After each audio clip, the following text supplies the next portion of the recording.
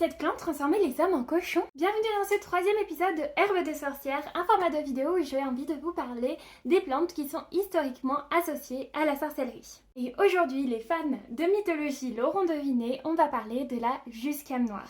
Cette plante est tellement associée à la sorcellerie qu'elle est associée à la sorcière la plus connue, Circé.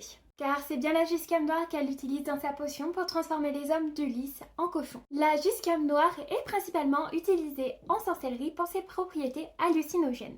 Tout comme la mandragore, il s'agit d'un solanacée. Vous verrez dans les prochaines vidéos que les solanacées et les sorcières sont bien copines. Comme toutes les autres herbes de sorcières, la jusquiame noire est toxique et mortelle. Les pythis et les sorcières du Moyen-Âge et de la Renaissance transformaient la jusquiame en onguent qui s'appliquait sur les parties fines de la peau. Par exemple derrière l'oreille, au niveau des articulations, pour que la substance fasse un maximum d'effet. Elle se plongeait donc dans un état altéré de pensée pour essayer de communiquer avec les esprits ou quoi que ce soit en fonction de l'époque où c'était pratiqué. Elle l'utilisait donc notamment pour la divination. Dans Hamlet, la pièce de Shakespeare, le poison qui sert à tuer le roi est inspiré de la jusquiame noire et de ses effets.